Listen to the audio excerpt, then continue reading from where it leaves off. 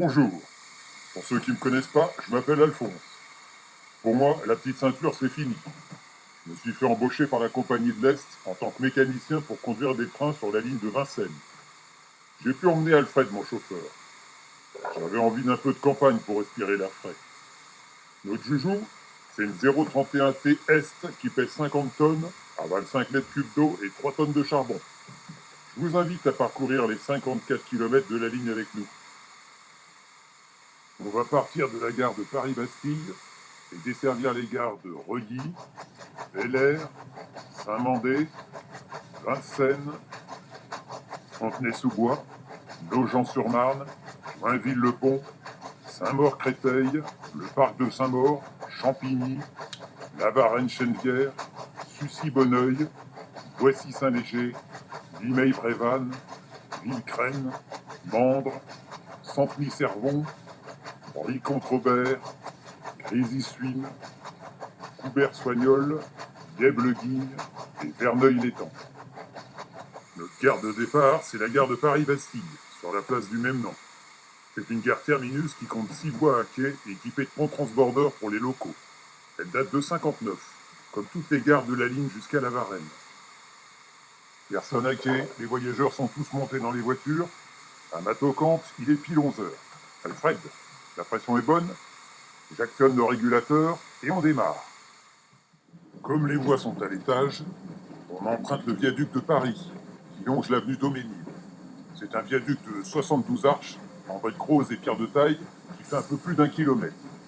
On traverse l'avenue Ledru-Rollin sur un pont métallique reposant sur 6 colonnes de soutien en fonte. On roule au niveau de l'avenue Traversière, on passe au-dessus de la rue des Charbonniers, puis en pont au-dessus de l'avenue Diderot. Le pont est identique à celui de l'avenue Ledru-Rollin.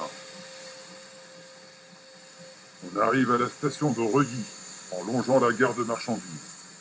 Reuilly, 2 minutes d'arrêt. On quitte Reuilly. On va emprunter 3 tunnels sous la rue de Reuilly, la rue de Picpus et le boulevard de Picpus pour déboucher à la station Bel-Air, rue du Sahel. On quitte Bel-Air en passant sous la ligne de petite ceinture. T'as pas la nostalgie, Alfred? Après être passé sous le boulevard Soult et franchi les Fortifs, on se trouve dans la zone en direction de Meudon. La zone? C'est la zone de servitude militaire. C'est une bande de 250 mètres de large tout autour des fortifications de Thiers. Elle n'est pas constructible. Ou bien si, mais il faut démolir à ses frais en cas de guerre. On traverse le boulevard Carnot, protégé par un passage à niveau. On passe sous le bâtiment voyageur de la gare de Saint-Mandé, qui est à cheval sur les voies, pour s'arrêter à quai. C'est dimanche aujourd'hui. Plein de gens descendent pour profiter du bois de Vincennes. On redémarre en passant sous le pont de l'avenue de la Tourelle. En 91, il y a eu un drame ici. Tu t'en souviens, Alfred? Un train venant de Vincennes, cheminé en arrière, a percuté un train resté trop longtemps à quai qu'il n'avait pas vu. La loco a défoncé 2 voitures qui ont brûlé à cause du gaz d'éclairage. Il y a eu plus de 50 morts. C'était terrible. On roule en tranchée le long de l'avenue Gambetta. On va passer sous le pont de l'avenue de Paris. On est à Vincennes, on longe l'avenue Aubert pour arriver à la station de Vincennes. On croise une rame qui se dirige vers Paris, cheminée en arrière. Eh oui, les locaux peuvent rouler aussi vite en marche avant qu'en marche arrière, en renversant la vapeur. Alors ça évite de retourner les locaux sur une plaque tournante. On passe sous la gare de Vincennes, à cheval sur les voies ferrées, et sous la rue du Midi, pour ressortir au niveau de la place de la mairie. On roule en tranchée entre l'avenue des Deux Gares et l'avenue des Charmes. On longe la gare de marchandises de Vincennes-Fontenay, et on arrive à la gare de Fontenay-sous-Bois. Elle est plutôt choucarde, la gare, avec ses boiseries et ses bandeaux de briques multicolores. On dirait un chalet. Pas vrai, Alfred? C'est reparti. On passe sous l'avenue de Fontenay. On longe l'avenue des Marronniers pour marquer l'arrêt à la gare de Nogent-sur-Marne. Le bâtiment voyageur, c'est la copie conforme de celui de Fontenay-sous-Bois. Et vous verrez jusqu'à la Varenne Saint-Hilaire, tous les bâtiments sont pareils. 2 kilomètres plus loin, on arrive à la station Joinville-le-Pont. Beaucoup de Parisiens descendent à cette station pour faire du canotage sur la Marne. Et profiter aussi des guinguettes, comme la Péniche ou le Petit Robinson. Il y a un chenal artificiel qui a été créé en 86 pour les rameurs. C'est dans le quartier de Polangis. Vous avez vu comme on a une belle queutée? Les voitures sont impériales. 2e classe en bas, 3e classe en haut. Faut être assis, parce que c'est pas très haut de plafond. Bâtiment voyageur, un petit air de déjà-vu, non? C'est reparti. On traverse le passage à niveau de la rue des Corbeaux. Et on s'engage sur le viaduc de Saint-Maurice et ses 38 arches. Il permet de passer la dépression de Saint-Maur. On est perché à 12 mètres de hauteur sur les 380 mètres du viaduc. On passe au-dessus de la rue Chevreuil et on arrive à la station de Saint-Maur-Créteil. Je ferme le régulateur, un coup de frein et nous sommes à quai. Saint-Maur-des-Fossés, c'est une presqu'île entourée par la Marne. Beaucoup de villas cossues ont été construites ici pour les riches parisiens qui veulent profiter des bords de Marne. Comment, Alfred? Ah oui, on est juste à côté des ruines de l'abbaye qui datent de 639.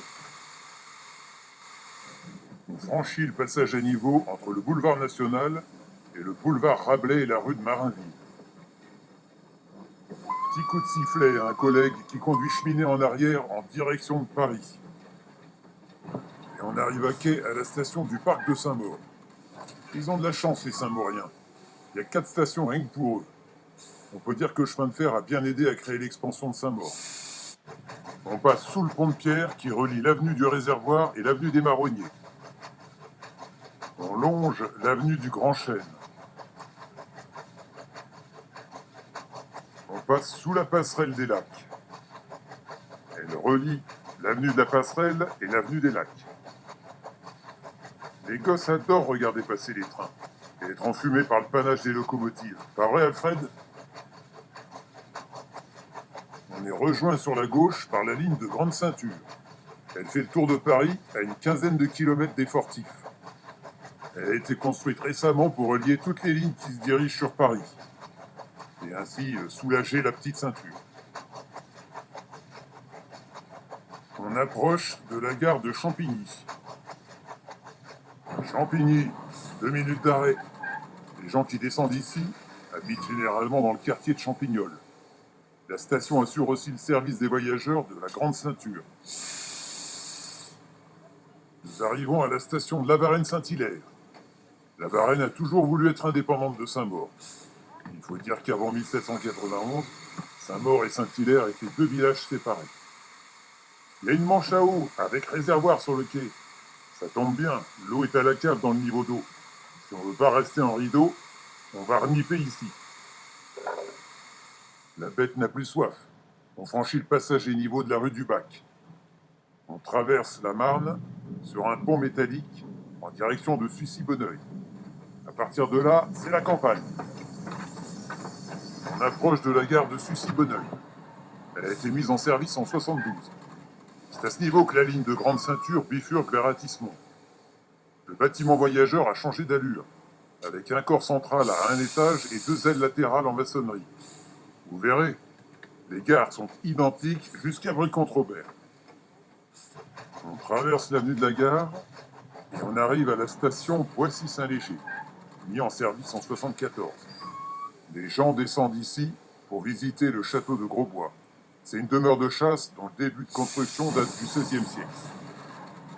On arrive à la gare de Limeil-Brévannes. La ligne jusqu'à Brie-Comte-Robert date de 75. Je ferme le régulateur, un coup de frein, et nous voilà à quai. Il y a aussi un château à Brévannes, du XVIIe siècle, qui a été racheté par l'assistance publique en 83 et qui est devenu un hôpital. On traverse la forêt de Grosbois. Et on arrive à la gare de Villecrène, où on croise une rame qui se dirige vers Paris. Nous voici à quai. Vous avez vu mon panache? Ici, le château, c'est celui de Cersei du XVIIe siècle. Arrêt à la gare de Mandres. La spécialité ici, c'est la rose. Il y a longtemps, il y avait des vignes ici. Les vignes ont disparu et maintenant, c'est la culture des roses. Elles sont acheminées à Paris grâce à notre ligne. On arrive à la gare de Centeny-Servon.